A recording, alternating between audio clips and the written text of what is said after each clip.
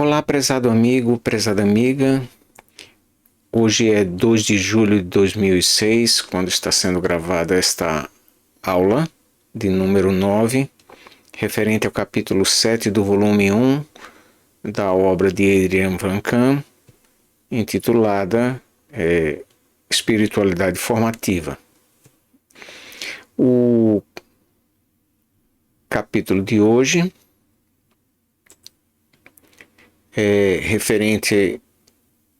tem por título Emergência da Dimensão Vital Funcional, que é o capítulo 7 dessa referida obra.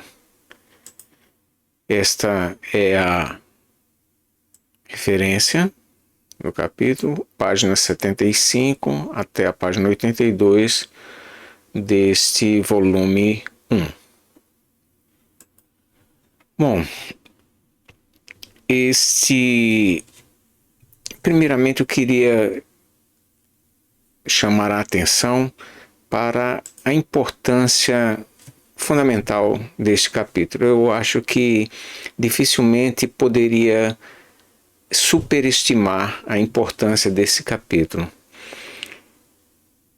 A despeito de que ele revisita alguns conceitos já tratados, sem os quais seria muito difícil ele apresentar o raciocínio que deseja. No entanto, o aspecto que eu quero ressaltar é referente a algo que talvez a nossa cultura, mais do que outras, embora eu acredite que esse seja um problema universal, varia apenas o grau em que esse problema é enfrentado nas diferentes culturas, mas é um problema universal.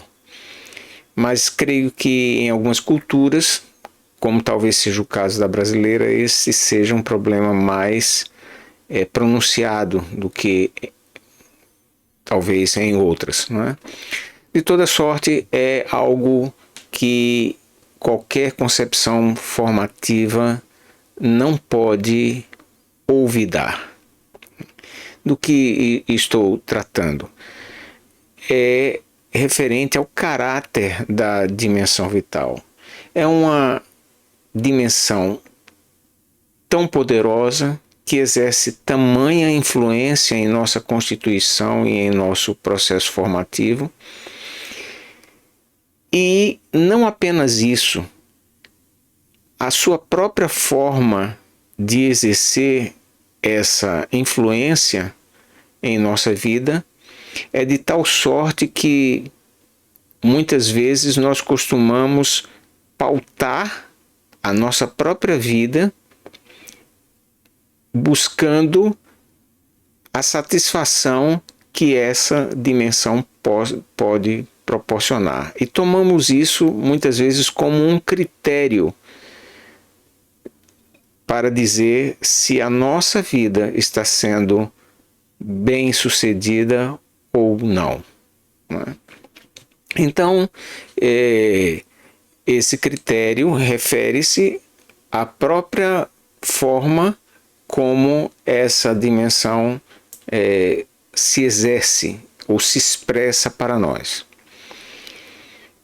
Falo aqui do aspecto da dor e do prazer, do que nós chamamos de confortável ou desconfortável. Essa dimensão vital se expressa grandemente, se não quase que exclusivamente, por meio dessa característica. Então, nós já nascemos com esses aspectos constituídos.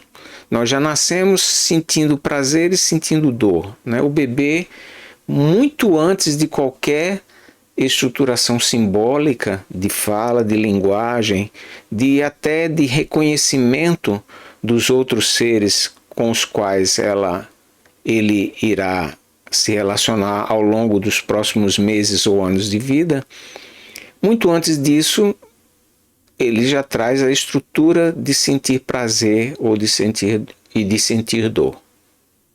Então, por conta de que o próprio ser vital é constituído desses impulsos e sensações que configuram aquilo que para o bebê é agradável ou desagradável. Mais tarde, e com o passar do tempo, isso também virá a constituir a forma de temperamento desse bebê, de como essas sensações, esses impulsos vão ser minimamente estruturados. Mas, de todo modo, mesmo em nossa vida adulta, esse substrato jamais deixará de nos acompanhar. Para seja o que estivermos desenvolvendo, fazendo na vida, sempre estaremos nos relacionando com nossa dimensão vital e sentindo aquilo que para nós se configura como algo agradável ou como algo desagradável. É, portanto, algo ineliminável e que qualquer concepção formativa que não leve em devida consideração, que não ponha ênfase em como se relacionar com esse aspecto, é uma concepção formativa extremamente falha. Por isso que, já adiantando um pouco algumas das consequências, eu considero extremamente deficitária determinadas abordagens, estruturas teóricas no próprio campo da educação, que se preocupam ou dão grande ênfase ao aspecto de formação das estruturas cognitivas e quase que sem relação ou enfatizam pouco essa dimensão do aspecto dos sentimentos, das emoções, que derivam, por sua vez, dessa própria estruturação da dimensão vital. E isso mais pronunciadamente se faz sentir em relação em crianças e adolescentes do que em pessoas adultas, né, que já possuem estruturas mais sofisticadas para se relacionar com esse aspecto da vitalidade. Não é? Quanto mais tenra idade temos, menos estruturas complexas, sofisticadas, desenvolvidas ulteriormente durante a vida teremos. Ou seja, mais se faz sentir de forma imediata a força dessa dimensão vital. Então,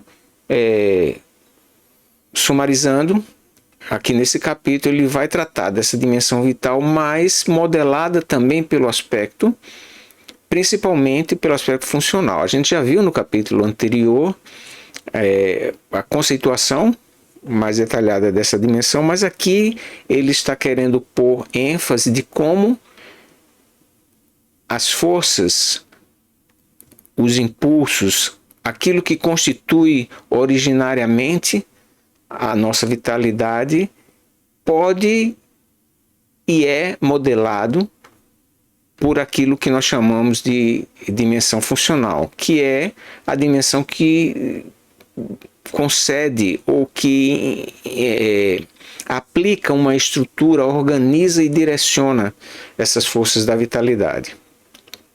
E numa condição ideal, isso é feito com base num discernimento, numa inspiração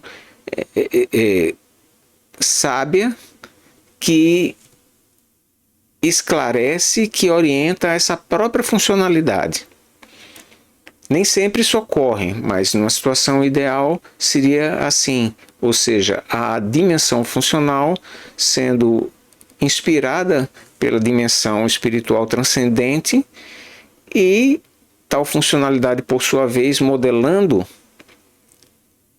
a dinâmica da dimensão vital. Bom, esses são os conceitos básicos. O que de específico surge nesse capítulo e que eu de início enfatizei com grande importância desse capítulo, é que em grande parte, mesmo pessoas adultas, né, estamos modelados em grande medida a considerar algo apropriado ou inapropriado se esse algo nos proporciona prazer ou dor. A ideia de considerar que algo seja bom porque produz prazer e algo seja mal porque produz desprazer. Obviamente, isso não é um juízo muito esclarecedor, né? A despeito da força que possa existir nessa compreensão. Nem sempre aquilo que é prazeroso vai ser benigno no médio e no longo prazos para nós, e vice-versa. Não significa também que tudo que seja prazeroso seja maléfico ao ser humano. Claro que não. Mas também não é simplesmente porque algo produz a sensação, a satisfação de prazer, que isso se torne bom. Portanto, o aspecto de dor e prazer não pode ser equivalente à ideia do que seja bom ou do que seja mal, a ideia do que seja apropriado e inapropriado. Para dizer o que é apropriado e inapropriado, precisamos de discernimento, de compreensão, algo que provém de um esclarecimento do espírito humano permeado nas dimensões da funcionalidade que atuam em um ambiente social e histórico. Todavia, a estruturação da dimensão vital surge assim. Nós, como bebês, surgimos nesse mundo com a capacidade de sentir dor e sentir prazer, e querer aquilo que proporciona prazer e refutar, querer afastar de si aquilo que causa desprazer.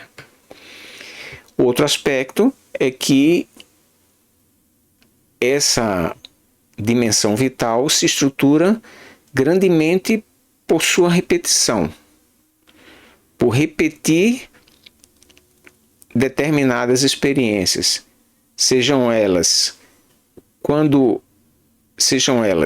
agradáveis, quando o sujeito quer repeti-las, que sejam elas desagradáveis, não que o sujeito queira repeti-las, mas por elas acontecerem, independentemente de seu querer, isso também irá contribuir para a formação de uma determinada estrutura interna nesse sujeito. Portanto, é mais ou menos assim que se estrutura essa dimensão da vitalidade no decorrer da vida humana. Ora, esse é um aspecto muito insuficiente, obviamente, para a formação humana, embora ineliminável, embora precisa ser sempre ineliminavelmente considerado, né? Ainda assim, essa compreensão, essa forma de funcionamento da dimensão vital é extremamente insuficiente para orientar o processo formativo. Portanto, precisamos de uma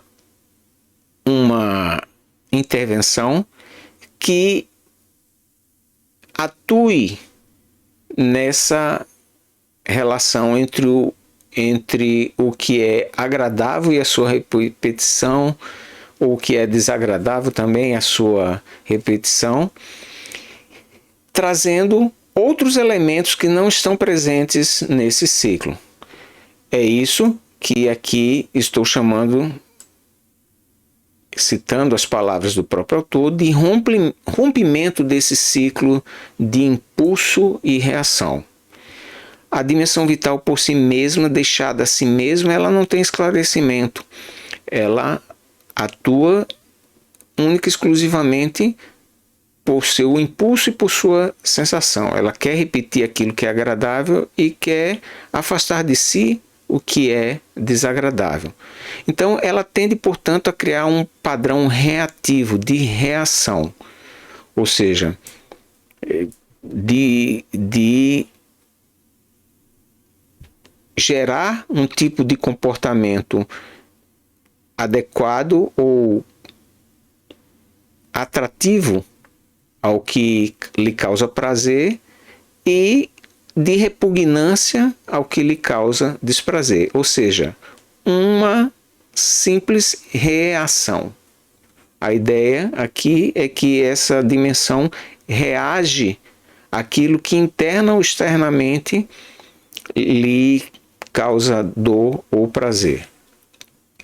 Essa dimensão de reação é muito diferente de uma dimensão de ação. Na dimensão de reação, o sujeito não tem a iniciativa própria de tomar um caminho, de tomar uma direção. Ele está sendo secundarizado, ou seja, ele está apenas reagindo, ou seja, é uma ação em reflexo a algo que se lhe defrontou. Não parte dele a iniciativa, ele apenas reage a algo que se lhe manifestou. A ação pressupõe, portanto, um nível de discernimento maior, e não só um nível de discernimento, também uma habilidade, uma capacidade de direcionar as forças vitais em outro sentido. Algo ainda mais complexo do que isso é assumir a responsabilidade, né? Ou seja, a habilidade de responder a determinada circunstância com plena consciência, com plena razão. Alguém que age com responsabilidade é aquela pessoa que assume as consequências daquilo que pratica, da ação que praticou. Então, alguém pode agir e posteriormente não assumir a responsabilidade por sua ação. Isso ocorre em muitos casos, mas não é a forma mais madura de um ser humano atuar. O ser humano maduro leva em consideração, antes mesmo de agir, as possíveis consequências de sua ação e avalia se está disposto a assumi-las, a não fugir, como se diz no popular, a não fugir da raia, né? A não querer se evadir das consequências daquilo que praticou. Bom, como isso se estrutura no âmbito da formação? Então, idealmente, é o espírito humano que promove a inspiração. A própria palavra inspiração é trazer o espírito para dentro, né?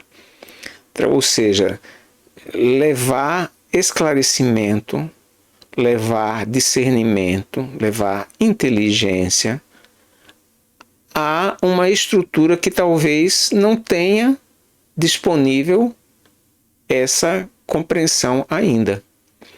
Então, uma ação, como é que os protocolos e as rotinas de trabalho são estabelecidas? Primeiramente, por um arrazoado, né? Nenhuma rotina, por exemplo, no campo médico, né, os protocolos médicos, primeiramente se faz muita pesquisa, muita discussão, muitos estudos, até que aquilo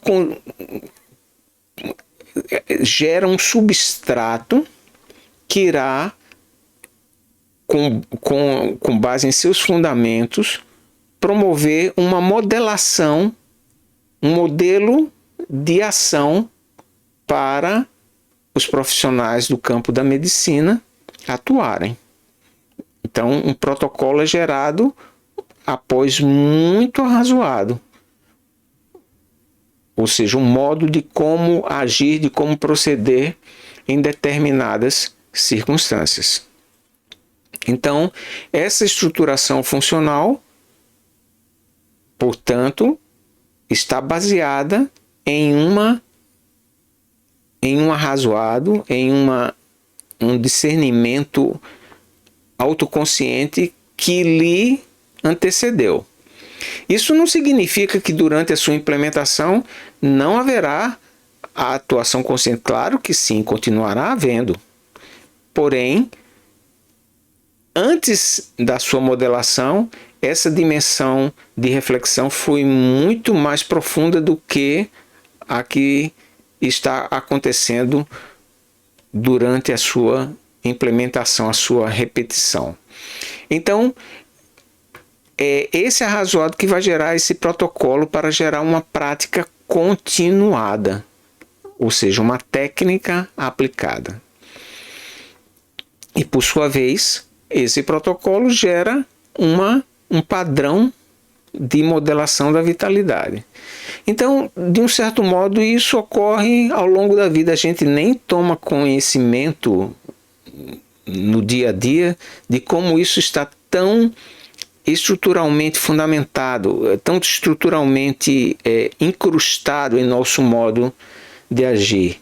Mas o fato de nós não tomarmos consciência disso não significa a ausência desse padrão de funcionamento. Até que chegam momentos em que esses padrões, esses modelos também entram em crise. Um protocolo, um modo de agir, uma habilidade, ela não funciona para todos os casos e nem pode funcionar, e nem é assim que a vida realmente acontece, né?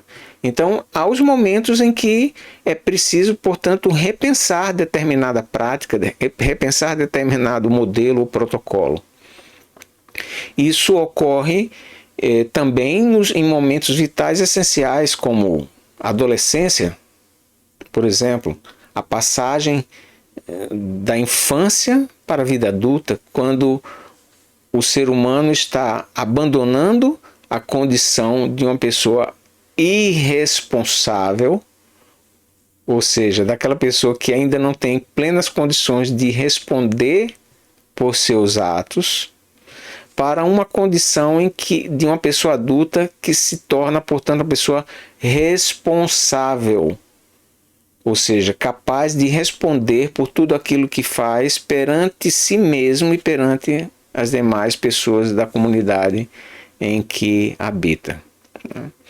Então, a adolescência é um período difícil, certamente por conta disso, por conta dessa necessidade de mudança. As estruturas que funcionaram até então não passam a não funcionar, e é preciso gerar outras num espaço curto de tempo. Então, isso se expressa em vários conflitos que aparecem nessa época da vida, e é tão difícil realmente de resolvê-los, porque uma nova estruturação em vários âmbitos da vida passa a ser exigida, né? Então isso vai demandar reflexão do espírito para gerar novos modos de atuação, que vai, por sua vez, orientar diversos aspectos da vitalidade, né?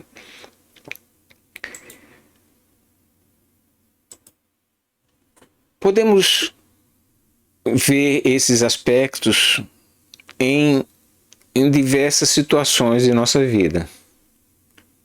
E aí nós podemos ficar bem claro como nem sempre, ou em muitos casos, como é difícil, né, a integração entre essas três dimensões, e especificamente tratando aqui nesse capítulo a estruturação da vitalidade junto de forma articulada à sua dimensão funcional, né? Então, um exemplo bem básico que muitos de nós enfrentamos: estruturar uma dieta.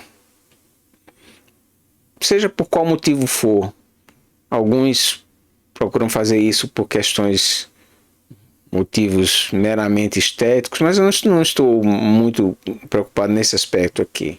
Estou preocupado nesse exemplo aqui, com situações em que você precisa modificar seus hábitos alimentares por questões de saúde, por exemplo.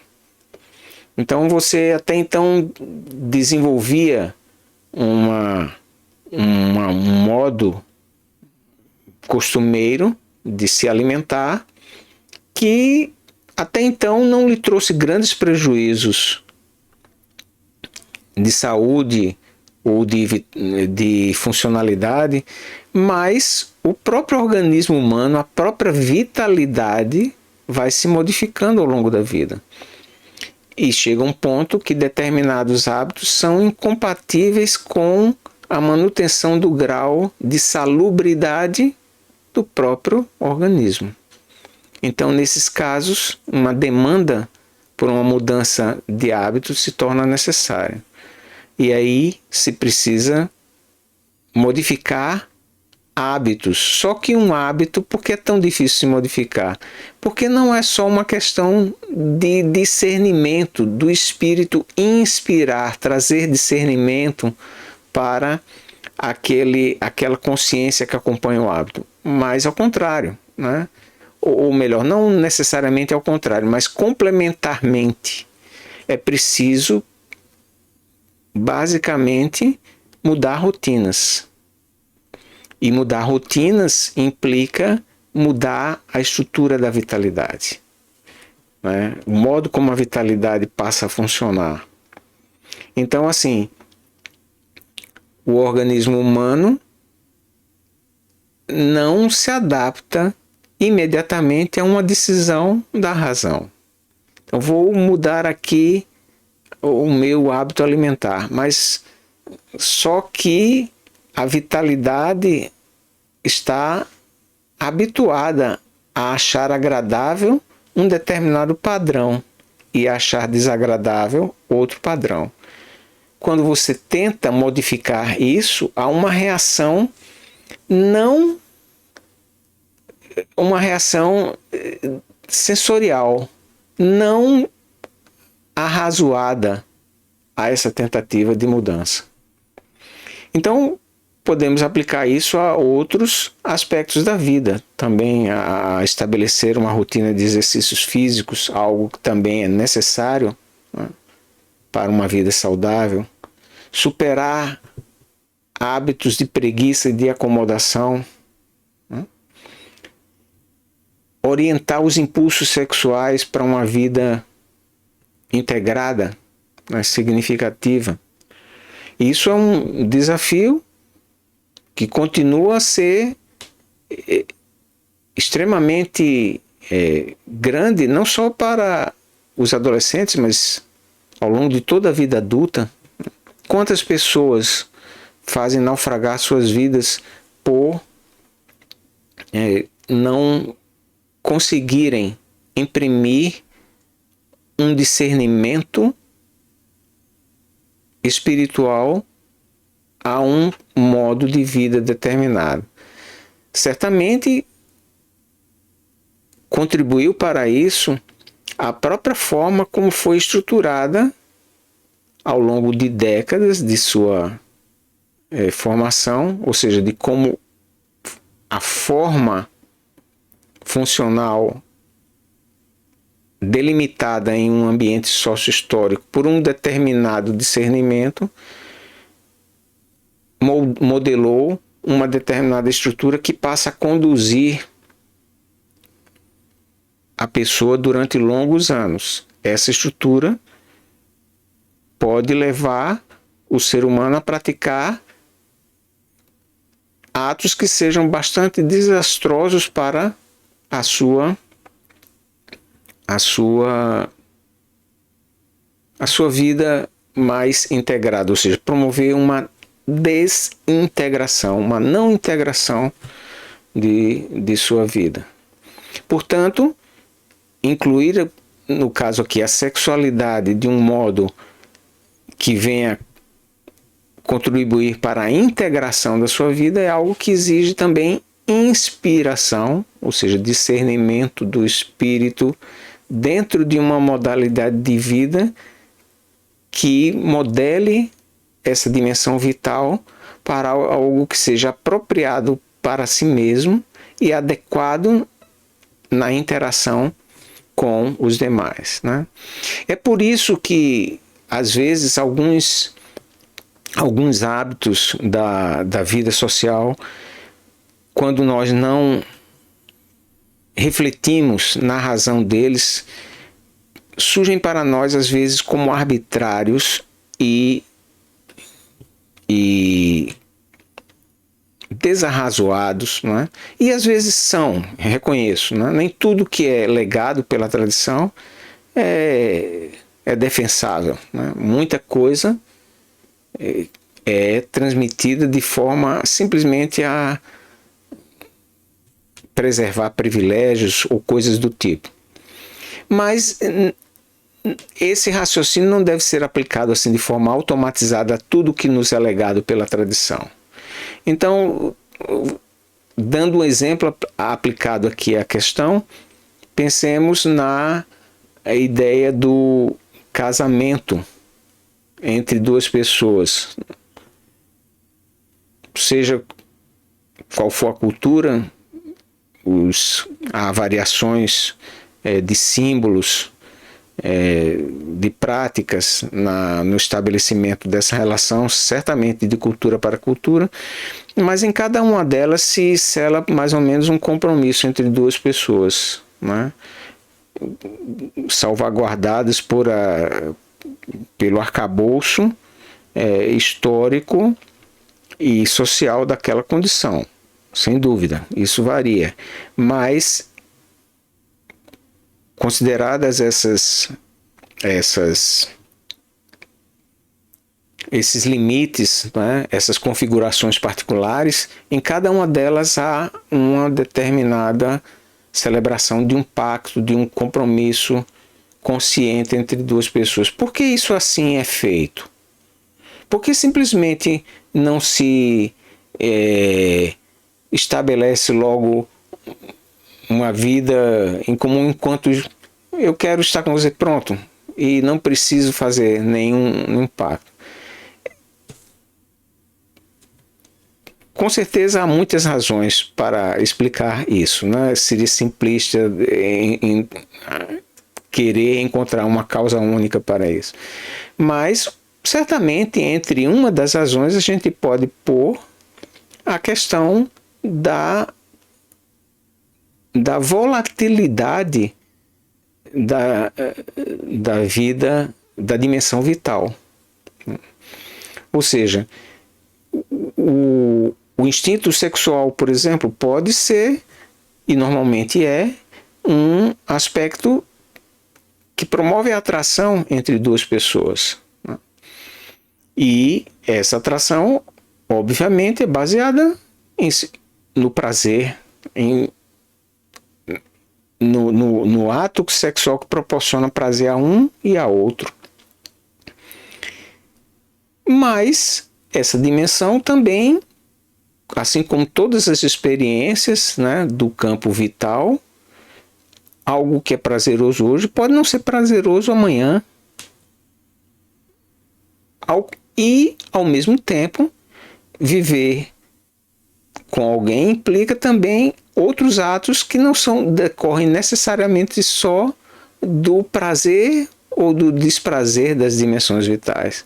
Então, por exemplo, quando por meio desse ato surge um outro ser humano que precisa ser cuidado, né? Um outro ser humano surge no mundo por via de um encontro sexual entre outros dois seres humanos. Então, esse ser vai demandar um cuidado por longos anos. Então vai precisar, por exemplo, de uma responsabilidade de alguém sobre a vida desse ser. Então essa condição, né, implica, portanto, algo que vai muito além de uma situação de que seja prazeroso ou desprazeroso, não é? Então, por isso é que nós vemos esse problema social acontecer em diversos lugares, em diversas sociedades. Na sociedade brasileira há diversos casos desse tipo, especialmente no caso do gênero, né, masculino, né, do sexo masculino, né, de muitos pais biológicos, ou seja, os genitores biológicos, que engravidam mulheres e depois não assumem a responsabilidade desse seu ato. Não querem assumir a paternidade sobre aquele ser que foi gerado de um encontro dele com uma outra pessoa. Portanto, esse tipo de comportamento é um comportamento basicamente baseado estritamente no âmbito da vitalidade, do que é agradável, do que é desagradável. Não chega sequer à estruturação de uma dimensão funcional adequada, quanto mais inspirada por um discernimento transcendente, ou seja, da dimensão espiritual. Não é? Então, talvez por considerar todos esses aspectos da humanidade, é que muitas tradições e muitas sociedades estabelecem formas para chamar a pessoa à responsabilidade. Claro que algumas pessoas não precisariam dessas formas, não é? No entanto, se estabelece formalmente aquilo como talvez um modo para chamar a atenção daqueles que pretendam estabelecer relação entre si e dizer, olha, há consequências para esse ato que você está querendo formalizar, vocês estão querendo formalizar agora. Vocês estão cientes dessas consequências? Estão dispostos a assumir as responsabilidades do cuidado entre si e, eventualmente, com outros seres humanos que possam surgir daí? Então, claro que não é só esses aspectos. Não estou aqui fazendo nenhuma idealização dessas formas, porque muitos acréscimos desnecessários e repressivos são adicionados a essas formas, certamente. Mas eu estou só apenas trazendo à reflexão o elemento de que nem sempre uma determinada forma se tornou historicamente preponderante sem razões de reflexão sobre aquilo que constitui a estrutura do ser humano. E também, como outro exemplo, podemos citar aqui a questão da monitorar a fala, ou seja, como estabelecer modos de falar com outras pessoas. Isso também implica uma relação e uma habilidade entre dimensão transcendente, dimensão funcional e dimensão vital. Ou seja, são vários exemplos em que esses aspectos podem acontecer, né? E estou mostrando que em cada um deles é uma relação difícil de ser estruturada. Não impossível, mas é difícil de ser estruturada. Sempre é desafiante para nós, né? Por fim, fazendo uma apreciação desse capítulo, eu diria que, a despeito das enormes contribuições do aspecto do quanto ele enfatiza a importância da formação da vitalidade, e é fundamental mesmo, né? Eu creio que ele deu pouca ênfase nesse capítulo ao aspecto sócio-histórico. Ele faz isso mais em outros capítulos, mas eu creio que isso teria sido importante também fazer aqui. Porque muitas das modalidades, ou seja, das funcionalidades que são estruturadas para orientar a dimensão vital, elas são erigidas num determinado contexto, numa determinada tradição social, histórica e assim por diante.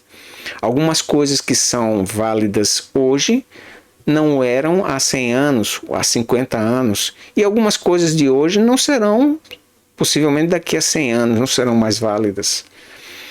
Então, sempre haverá necessidade de uma autoconsciência, de um arrazoado do espírito sobre aquilo que se estrutura como funcionalidade em relação àquilo que condiciona o modo de funcionamento da nossa vitalidade. Então, dando um exemplo prático, estamos hoje numa situação com uma estrutura de vida digital que não existia há 30 anos. Começou a existir plenamente, possivelmente há menos de 15 anos.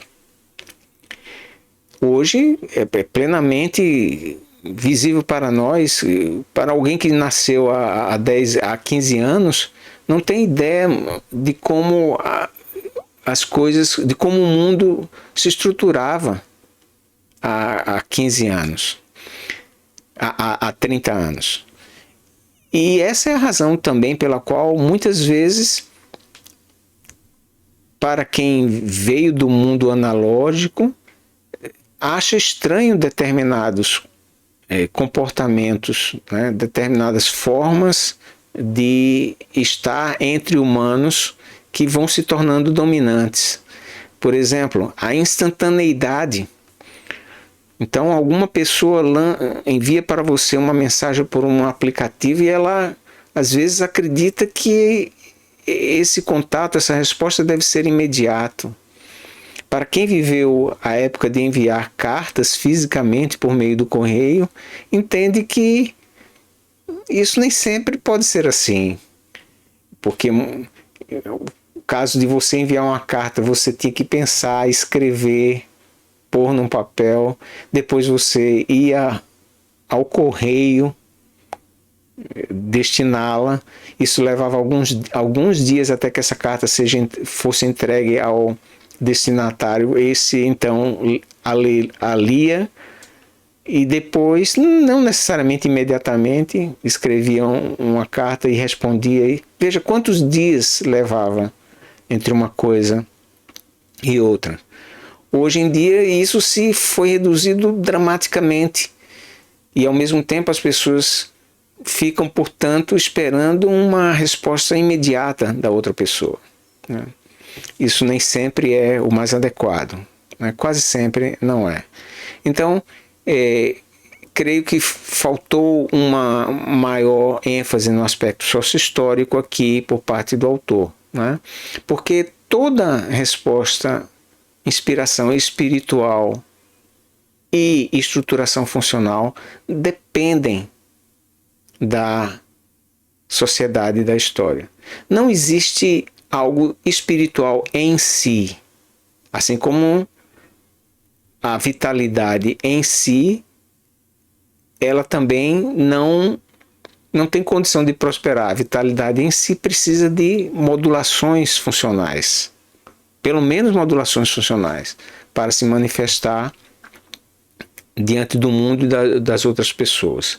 Do mesmo modo, ou de forma análoga, o arrazoado, o discernimento transcendente espiritual, ele sempre se expressa numa temporalidade e numa condição social que condiciona os signos correspondentes para ser inteligível entre as pessoas que habitam aquele mundo. Então, eu creio que aqui o autor poderia ter sido mais enfático nesse aspecto. Isso, entretanto, a meu ver, não tira o mérito imenso desse capítulo, volto a ressaltar, de como é importante, sempre foi importante, mas eu creio que esse mundo digital voltou a realçar essa importância da formação humana da dimensão vital. Isso é fundamental. Se não houver o direcionamento adequado, o entendimento adequado de como funciona essa dimensão e de como ela pode e deve ser estruturada, as consequências podem ser desastrosas para o ulterior desenvolvimento humano. E, portanto, qualquer dimensão formativa que não leve na devida importância essa dimensão está fadada a cair em grande fracasso. Fico por aqui na análise desse capítulo 7, agradeço imensamente sua atenção, espero que continue conosco nas próximas aulas. Receba meu cordial e forte abraço. Tudo de bom para você.